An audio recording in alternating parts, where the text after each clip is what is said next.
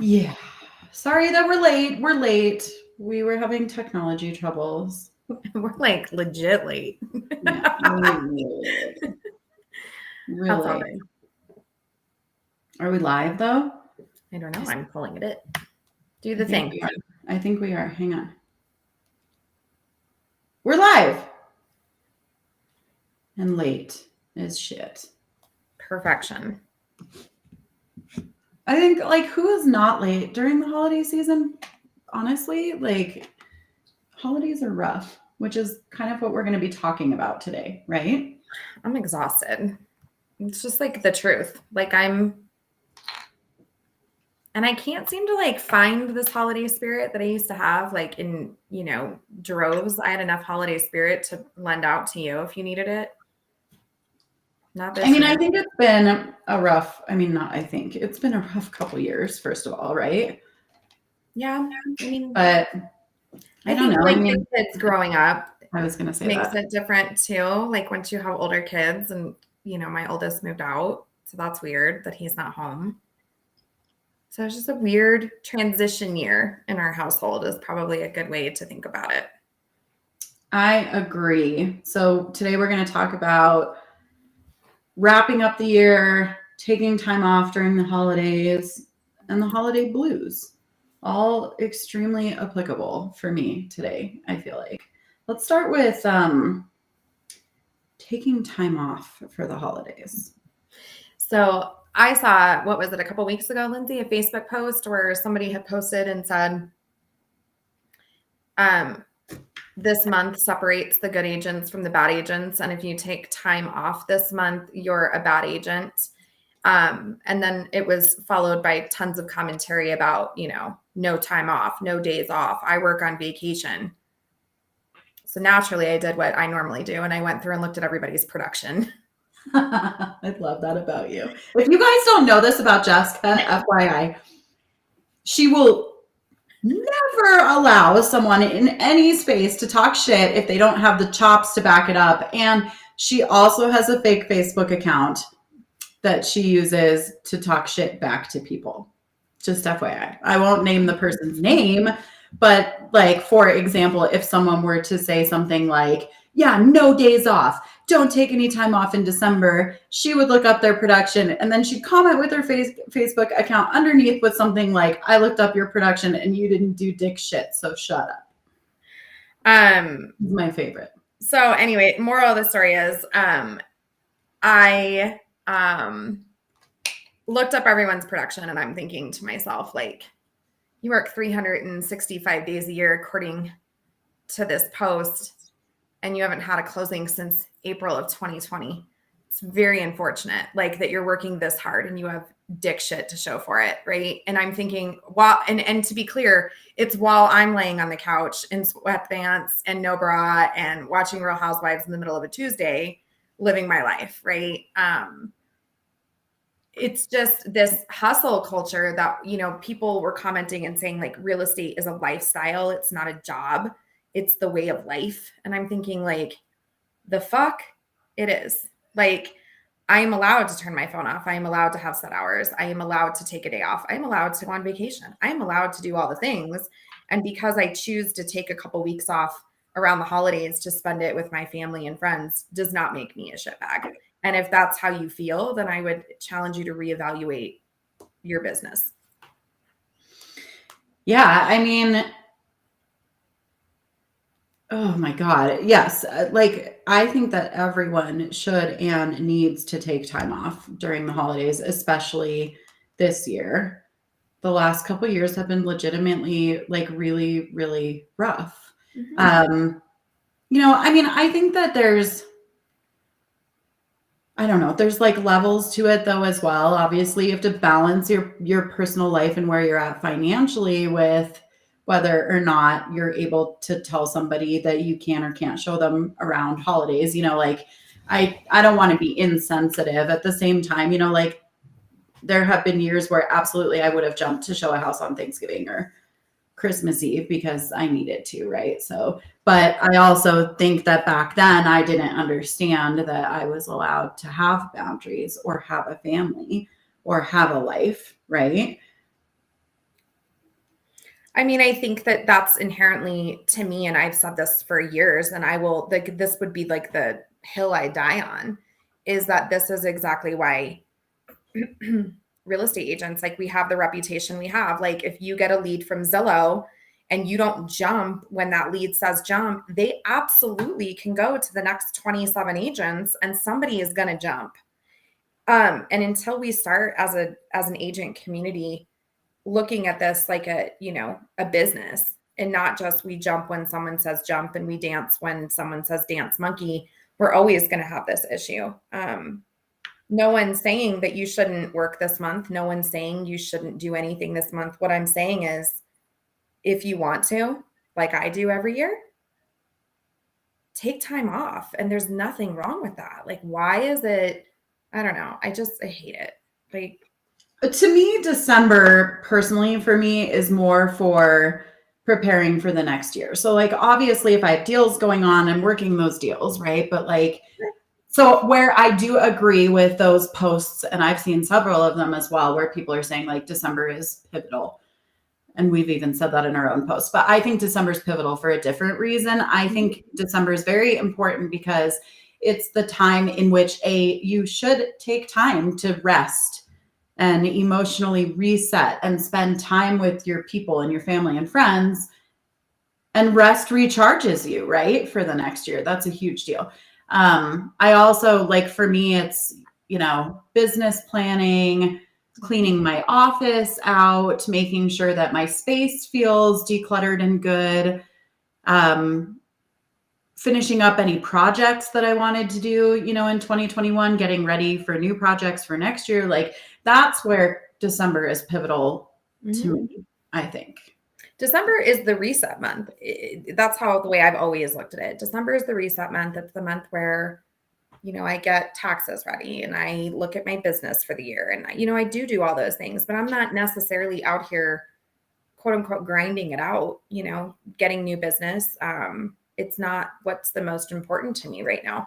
What's most important to me is resetting and getting my mental health in a place where I'm prepared. Because Lindsay and I talk about this all the time. It's like you work, and you hit all these really great goals. And then January hits and you're like, fuck, here we go again. And it just all goes back to zero. And now we got to start all over again. And so that's why I think December for me is paramount in resetting. Well, it's funny. I was talking to, so to me also December, so I'm having a light bulb. I also think December could be called the month of dread because you're feeling it right now. I'm feeling it right now. A lot of us are like, why can't I get in the holiday spirit? Why can't I feel this? Why can't I feel that? Because December is the month of dread, right? Like, so I was talking to some friends of mine on the new home sales side the other day, and they were even echoing this. They were saying, their community slows down and they don't have as many people coming in and out of the door during December, and they fucking panic. Mm-hmm. They always go, oh my God, next year, I'm living this lifestyle. Next year, no deals are going to come. Nobody's going to walk into my sales center, and one of the men, and listen, guys, he's been in this business for 35 years. He's been inside a sales center selling new homes. He said, I have a panic attack every single December until I write my first deal in January. And then I breathe and I go, oh my God, it's going to be okay. But I think that's a big thing too, like the natural slowdown combined at the same exact time with all the thinking about what's going to happen next year and all the planning and all the emotions focused on resolutions and doing things and next year being better and all that stuff makes this like dread inside where you're like, oh my God, It's funny because one of the places, and I think this happened like 3 years ago for me, and I think we've talked about it, like as far as like production in GCI, I can honestly look anyone in the face and tell you, if you look at my goals the last 3 to 4 years, they're exactly the same, because that's the number that, keeps me busy, it keeps my family fed, and it makes me happy. Anything above that is really great. My goal setting comes more from like a personal side of things, right? And so that was something that I made a conscious decision a long time ago to kind of do away with, because that was part of my anxiety and my stress is like, oh, I did 20 million this year and the model says I need to double. And so that would mean 40 million next year. And I can't do 40. And it would just led me into this like tailspin. And it made me really unhappy. And so I just made a decision that this is the number that works really well for my family. And anything more than that is really fantastic. And I'm really happy, but I'm not gonna develop my whole entire life around numbers. But I know, A lot of people do. yes. And I also know that you also get your in panic because I've seen it for 3 years and we usually panic together. And it's like Well, this. it does, and it comes back to what Crazy. your friend was saying, like, Yep. oh, this year everything's fine and everything's great and everything's wonderful, but like the world is crashing and there's a pandemic and politics are terrible and no one's going to buy houses and unemployment is this. I mean, we go through it every year, but I think you have to simplify it in some way, shape, or form.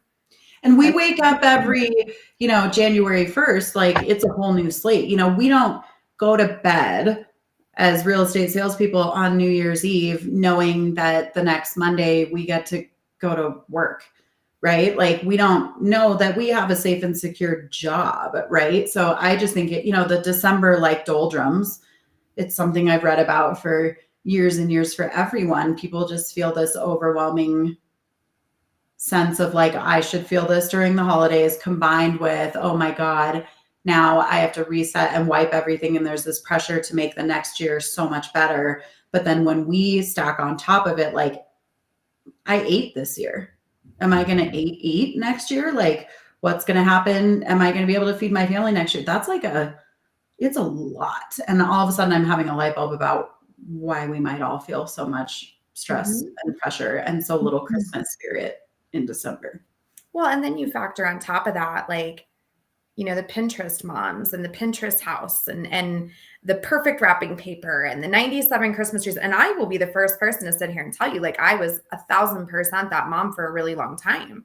And now I look at all my Christmas stuff and I'm like, I could just simplify my entire life and my anxiety and all the things. And my kids don't care. I'm the only one who cares. My husband sure as shit doesn't care what the house looks like. And, why do we do this every year? Every freaking year we do this. So we're going to Cabo this year. That's how we decided to simplify the holiday season. We're out of here.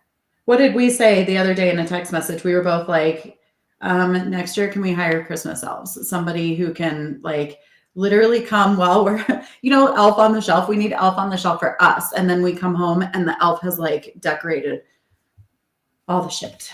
Mm-hmm. Kelly says, love that, Jess. I crushed my financial goal this year. I celebrated that yesterday, but today I'm in total panic of how I can possibly beat it. Yeah. I mean, this is a real thing, you guys. Like I think everyone, I don't care who you are.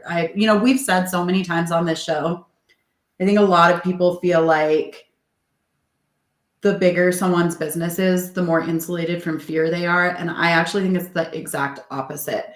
The bigger your business is, the more fear you have because you're worried about how you can possibly continue to grow, how you can feed employees over their Christmas, right? Like, I think it just gets bigger and bigger, but. So it's always interesting to me. And I've thought a lot about this last like 8 or 9 months. So I had a mentor that used to say to me, like, Jess, what's the difference between 300,000 and 400,000 in your life? Or what's the difference between 300,000 and 500,000? And I used to get legit like irate. And the more that I thought about it, like his perspective on it was really just like, your life doesn't change. Where the more that I've talked to different people, it isn't about the money. Like there is no inherent difference between 300,000 and 500,000 on a daily basis. The difference is though, what are you doing with that 200,000? Are you investing it? Are you purchasing other properties? Are you putting it into retirement, stock, whatever? And so if you can't clearly define what the difference is, then you're probably fine right now, just sticking with your normal financial goals as long as the family is okay. And so while he was right to an extent, like what is the difference? When you talk to other people, the difference is long-term financial security when you're, retiring or you want to get out of the business or whatever that looks like. And so I had to get really clear this year on what the actual difference was between 300 and 500,000. And there's a big difference when you have a plan and a goal behind it. So if you're worried about doubling it, Kelly, I would encourage you or beating it, I would encourage you to figure out what the difference is. Is it you just want to beat it? Or do you have like a legitimate plan in place for that money that you're going to earn? Because if you don't, then maybe it's okay to just go and earn the same amount next year while you figure it out. But it's scary. I mean, it's scary. Like, it doesn't matter how well you did this year. It's just the pressure of, I have to do it again next year. I want to do better next year. I think it's literally like he said, that new home sales friend of mine, like, there's like this gap of, is anything going to happen next year? And I don't know why that's so scary, but I feel it every year. You know, like I was up in the middle of the night last night thinking about it. Like, I've been in this business for 20 years. There's never not, and I said this to you last year. When have you ever not been okay? Right? Like, I've never not been okay. But it still scares me. And I think everyone should know that that's kind of normal. I think it's like beyond normal. And I think if it's not, I don't know. I just come back to like the comparison game though. That's what I was saying. Like, it's the comparison game. Like, just do what makes you happy. We have to stop the comparison game. Like, it doesn't matter what Lindsay did or I did. It doesn't matter because you have to be better than you were. Or if you don't want to go be bigger money or transaction wise, go be bigger just in life then. Mm-hmm. Agreed. All right, let's talk about year-end wrap-up and the things that we're doing to get ready to close out the year and start anew, besides panicking. And I always like, action always makes the panic go away, right? Like, we say this all the time. Like, it doesn't matter if what we're doing even produces actual business. Like, it's the fact that we're putting our energy into the universe and then at some point we'll be rewarded. It's so true. I mean, the fastest way out of a panic attack is to take action on something. 100%. Yes. The comparison game sucks. It's so hard not to look around at what everyone else is doing and stress out. Yeah, absolutely. I mean, and again, I think all of this gets compounded at the end of the year, even more than normal, because then we're like, oh, well, Jessica did blah, blah, blah, blah. And next year I want to do blah, blah, blah, blah, or more than that, right? So, like, yes, the comparison game is brutal. And for some weird reason, real estate is structured as this massive comparison game where, like, we beat the shit out of ourselves comparing ourselves against each other. And I don't really know why. And no matter what you do, like, because I'm always like, I don't care. It's a novel thought, Jess. There's a part of you that still cares. Oh, I care. Yeah, definitely. Yeah. So yesterday I have a whiteboard in my office that has all of my yearly goals, quarterly goals, GCI goals, transaction goals. So I'm taking next week, I'm super slammed and then I'm done for the year. So I decided to go ahead and wipe my whiteboard clean and get everything ready for January so that when I'm back from vacation, everything is done. So I took the action yesterday of auditing my old files, seeing where the gaps were in my business this year. I got all my stuff prepped for end of year taxes. And then I set my intentions and goals for 2022 and actually wrote them out yesterday. And then I sent them to Lindsay so that way there is a human out there in this world who knows my goals and ambitions for the year. Yeah, I mean, I'm doing relatively the same. Putting together my goals for the year. I always do a word of the year personally. And so I'm trying to spend my, like, rather than making New Year's resolutions, I kind of do like a word of the year. So I'm trying to take some time to figure out what my word goal is for next year. I'm going back into building mode going into 2022. And so I feel like I'm trying to just clean up like as much as I can so that I can be ready to do that. But yeah, I mean, it's a reset, right? Like, I need to clean my office. It's currently full. I wish you guys could see it, of like poinsettias. I have to clean mine out because I'm switching brokerages again. So But yeah, I have to clean it out because it's full of like Christmas shit that needs to go out, and that's making me feel overwhelmed, right? Like, I don't know. I feel more excitement than pressure this year, which is a good thing for me to feel. I'm excited about that. But it's still, I mean, resetting everything, coming up with new goals, you know, thinking about bad habits that I had this year, trying to correct those things going into next year. It's I think it's a life audit, I feel like we do in the month of December. And I feel like the life audit is what's bringing maybe some of the anxiety out, right? absolutely. I would say that that's definitely true. I mean, it's just like the time that you reflect on what did I do wrong?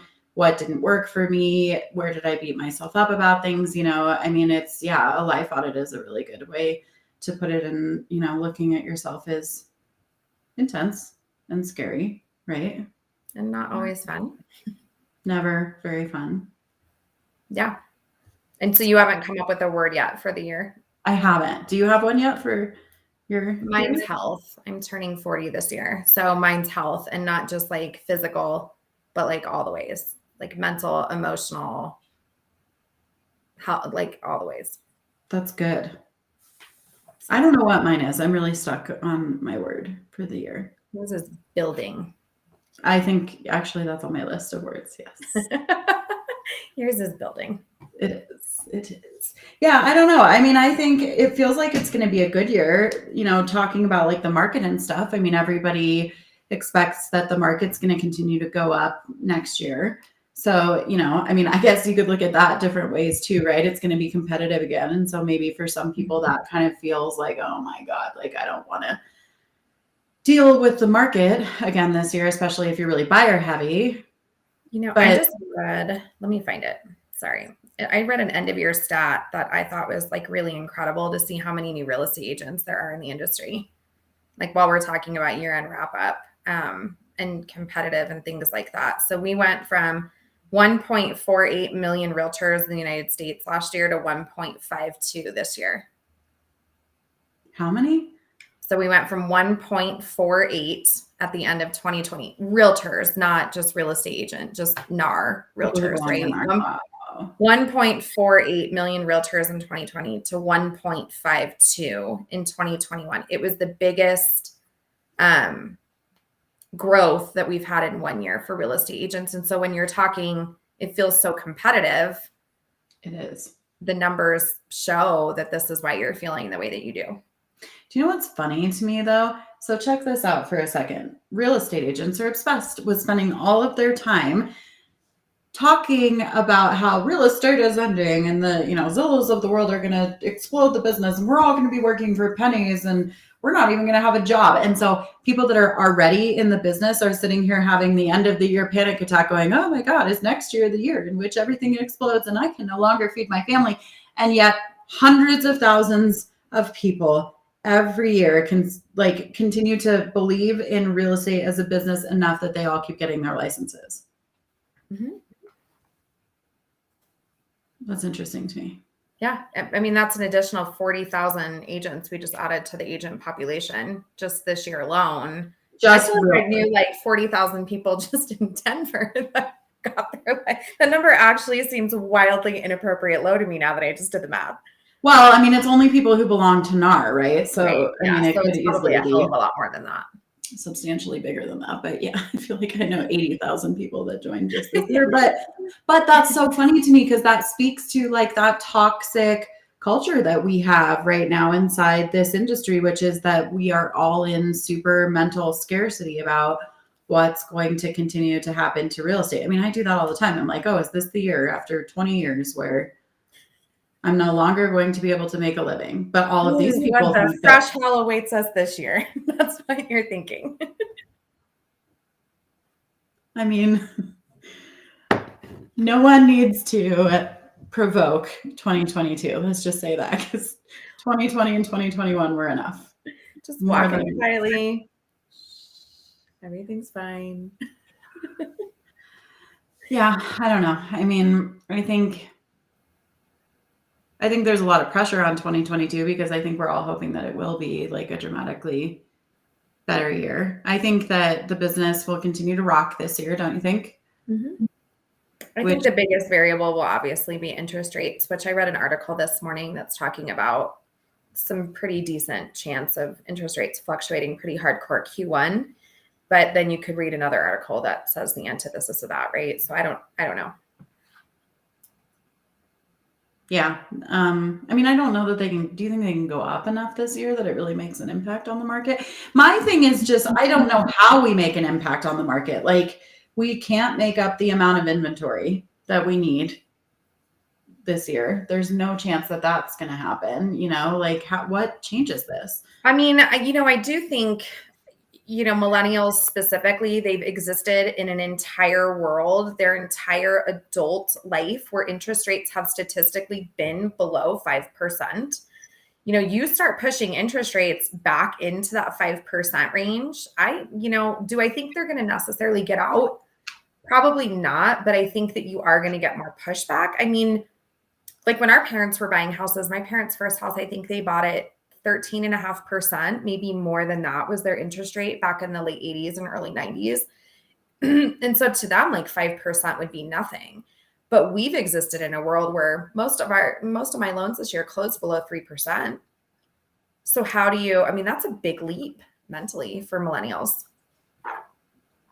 Yeah, I mean, the compression just keeps getting worse and worse, right? It does. Affordability just keeps getting harder and harder. I was having this conversation with my mom the other day, like, what happens? I don't know what happens, like, I mean, but the funny thing is there have been cities all over the world, right, where this has been the case forever. Like, it has never been affordable to live in Northern California and most parts of Southern. It has never been affordable to live in Manhattan. It has, never been affordable to live in Seattle, right? So, like, there have been places since the dawn of time where it's just been very, very expensive. The difference is now it's everywhere, right? But I mean, I don't know what happens. I don't think we're going to see much change this year. That's my prediction. I think perhaps 2023, we might start to see a little bit of a, plateau, if you will. But I think 2022, it's probably going to be a little bit of business as usual. So that's why I think taking this time to reset is going to be even more paramount, because I think that come the middle to end of January here in our area, we're going to start to see the incline again, where we're like fighting. Yeah, well, I mean, Denver Post predicted another 16 to 22% increase in real estate in Denver again this year, and everyone's like, it's going to crash. It's going to crash. It's going to crash. Like, we've talked about this to death. Like, I don't see how that's possible. I don't see how it crashes. I mean, the perception is that the second we start to have any sort of a plateau, the general public freaks out and starts screaming on every social media channel that I told you so, the sky is falling. So it's all going to play out, but I think we're fine. But what should you do during a crash, idiots? Buy like crazy. Buy like real estate is on sale, because it frickin' is. And, I was thinking about this the other day, like, you guys, I think some of my panic is coming from, I don't fucking want to go back to the spring market. I don't at all. I've written like 8 or 9 buyer deals in the last 60 days, maybe closer to 10. I don't even know. All of them we've gotten under list price. Mm-hmm. All of them, the listing agent and I are best friends, and everything went perfectly. And we got all the shit that we wanted on inspection. And it was so nice. You guys, it was so good. And I feel like every time I get my brain wrapped around what's happening, then we have to change again, right? So, like, for a minute there, it was hard to tell my clients, offer less, because we had just come off this craziness, right? And you were like, we can't do that. But now I'm like in the swing of it, and I'm like, fuck yeah, offer them way less, all the less, And now we have to go back into January, and it's like, oh my God, like, I don't. Again, what the fresh hell awaits us? Like, I am not emotionally prepared. Like, I have 2 of them right now that just can't find the right thing. And it's really tough, because right now they could offer on almost anything that they want and get it for list or maybe a smidge under. And they're really in a very good position. But once we hit 4 weeks from now, if they haven't found something, then they have to pivot from that position to, I got to offer $50,000 over appraisal again and all this shit. And it's going to suck. I think we all have a little PTSD from If our my phone's any indication of 2022 with the amount of sellers that I have in the pipe right now, I think we're going to hopefully see maybe more inventory than we have, but is it going to make a dent? The answer is no. But hopefully we're on our way to helping a little bit. Yeah, I hope so. I don't know. It's going to be an interesting year. I think just, the point that I want people to hear today is like, it is okay if you're in December dread mode or December panic mode or December lazy mode. Yes, if you're so lazy you can't get off the couch, or if you're freaking out about next year or whatever it is, if you aren't feeling the Christmas spirit. I don't know anyone really that's like gung-ho on the Christmas spirit right now. And our weather in Denver certainly is not helping that vibe at all. It's, 70 degrees. It's crazy.